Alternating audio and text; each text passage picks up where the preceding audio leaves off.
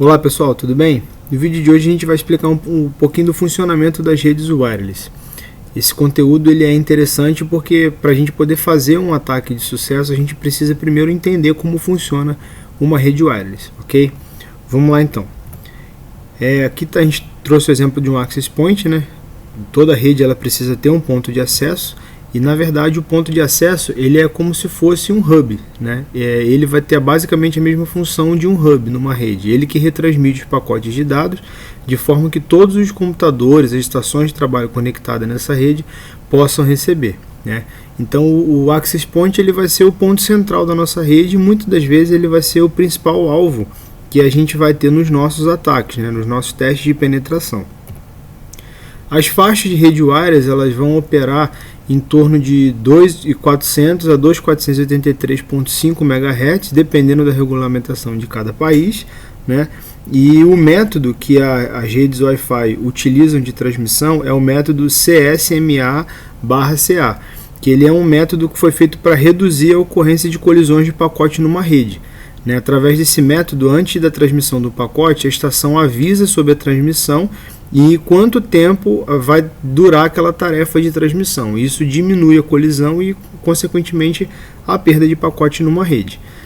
Os padrões que a gente tem de rede wireless são três basicamente.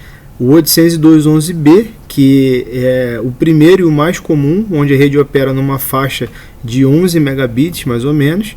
Até o 802.11a, que é o contrário do que a gente pode entender, ele é mais recente do que o 802.11b, né? As redes 802.11a elas são mais rápidas, elas vão trabalhar numa taxa de 54 megabits por segundo e elas são bem mais resistentes à interferência, né? Pois elas vão operar numa faixa de frequência de 5 GHz mais ou menos, e ao invés do que a 802.11b trabalha, que é na média de 2.4 GHz. A desvantagem da rede 802.11a é que ela, por ser uma rede mais rápida, o alcance dela é menor, né? Ela pega cerca de metade do alcance de uma rede 802.11b.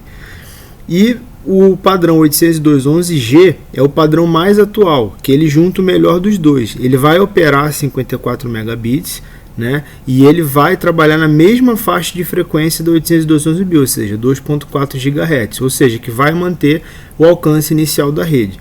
Isso aí vai dar em torno de uns 30 a 50 metros, mais ou menos, que é um alcance útil, né, de um access point de uma rede 802.11g. E existe ainda também as placas e redes dual band, né? Elas vão ser capazes de transmitir simultaneamente usando dois tipos de canal diferentes. As placas dual band são as mais indicadas para a gente fazer teste de penetração em rede wireless, tá? Porque a gente consegue, com uma placa, a gente consegue colocar ela em modo monitoramento mais fácil, consegue continuar navegando na internet por ela trabalhando dual band. Então, se você optar por comprar uma placa externa para os seus testes de penetração, tente optar por uma placa dual band. E a gente tem também a nossa Ethernet Wireless, né, que é exatamente a nossa conexão física, né? As redes wireless elas são semelhantes às redes Ethernet, elas vão utilizar o protocolo TCP/IP normalmente. Porém, além da configuração padrão que toda rede TCP/IP vai ter, ela vai ter algumas configurações adicionais, ok? A gente vai ter o ECID, que é o nome da nossa rede, a gente vai ter a chave criptográfica da rede, né, a chave de autenticação desse tipo de rede, que a gente vai falar um pouco mais para frente. O ECID, ele é basicamente o nome da rede, né? Então eu posso ter dois pontos de acesso, dois access points instalados na mesma área e configurado com dois ECIDs diferentes, ou seja, eles vão formar duas redes diferentes, tá? Agora imagina que a gente que existisse somente na rede wireless o ECID, então seria muito fácil invadir uma rede wireless, a gente descobriria o nome, configuraria o nome na nossa placa Ethernet Wireless e pronto, estaria conectado. Por isso que existem outros fatores também numa conexão wireless. A gente tem também o canal, que é que vai permitir que vários access points possam trabalhar na mesma área sem interferir entre si. Esses canais vão de 1 a 16, ok? E assim, é praticamente impossível impedir que outra pessoa capte o sinal da sua rede, né? Até por isso que a gente está tratando essa matéria aqui de pentest em rede wireless. A melhor solução realmente é encriptar a informação, colocar uma senha forte, colocar uma chave forte, né? A gente vai ver nos vídeos de do teste de penetração, né, quando a gente realmente invade as redes, que se a gente tem uma senha fraca, a probabilidade da gente ser invadido, da gente ter a nossa rede invadida é muito maior, ok? E a nível de criptografia, né, o nível de autenticação, a gente tem basicamente 3 padrões, que é o EP de 64 bits, o de 128 e o WPA e o WPA2, que é o mais recente e é considerado mais seguro. Nenhum dos 3 vai ser livre de falha. Vocês vão ver que nos testes que a gente vai fazer na última sessão desse curso, a gente vai conseguir invadir redes com todos esses padrões de criptografia, né? Só que assim, a gente precisa cada vez ter uma senha mais forte e ter métodos de autenticação mais forte, né? Quanto mais fatores de autenticação a gente colocar na nossa rede, mais segura vai ser a nossa rede, ok? A gente vai falar um pouquinho mais sobre o EP e WPA nos próximos vídeos. Bom, aqui a gente tem um modelo da camada OSI, né? Um modelo OSI, e basicamente a conexão entre uma estação e outra, ou uma estação e um access point, ela vai funcionar dessa forma. Então ela inicia sempre na camada 7, na camada de aplicação, ela desce até a camada 1 física, vai via link físico. Esse link físico a gente pode entender como a nossa comunicação wireless também, e ela sobe de novo da camada 1 até a camada 7, tá?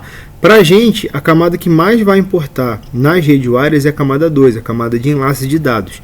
Por quê? O padrão IEE, que é o padrão das redes wireless, né, que é o 802.11x, vamos dizer assim, ele divide a camada 2 de enlace em 2 camadas. Ele divide ela na LC, que é o controle de enlace lógico, e na MAC, que é o controle de acesso ao meio, tá bom? Então aqui é uma exemplificação clara de como funciona a comunicação entre uma estação de trabalho e um access point, né? Aqui a gente tem um exemplo de um handshake de 4 vias, que a gente chama dessa forma. Na primeira mensagem, o ponto de acesso ele vai enviar um número aleatório com texto em claro para o cliente, tá? Aí na segunda mensagem vai ser enviado do cliente para o ponto de acesso, contendo um número aleatório também gerado por ele, um MIC, que é o Message Integrity Code, ou seja, é um código criptografado que a sua máquina vai enviar para o access point. Durante toda essa troca de informação, eles vão estar trocando pacotes, e esses pacotes podem ser esnifados, e é em cima desses pacotes que a gente vai trabalhar para a gente poder invadir as redes, ok? No terceiro passo, o ponto de acesso ele manda uma terceira mensagem contendo outra parte da chave criptografada. O cliente vai decriptografar essa mensagem e verificar se o ponto de acesso obteve a chave corretamente. Em seguida, ele vai mandar uma quarta mensagem contendo um EC criptografado, tá? E na última etapa do handshake de 4 vias, o ponto de acesso ele vai decriptografar a quarta mensagem e verificar se o cliente obteve a chave corretamente, e ele vai autorizar a conexão, ok? Bom, basicamente é isso aí, pessoal. Próximo vídeo a gente vai explicar para vocês como funciona a criptografia, o EP e a WPA, que são as que a gente mais utiliza e mais vê no mercado. Beleza? Até o próximo vídeo.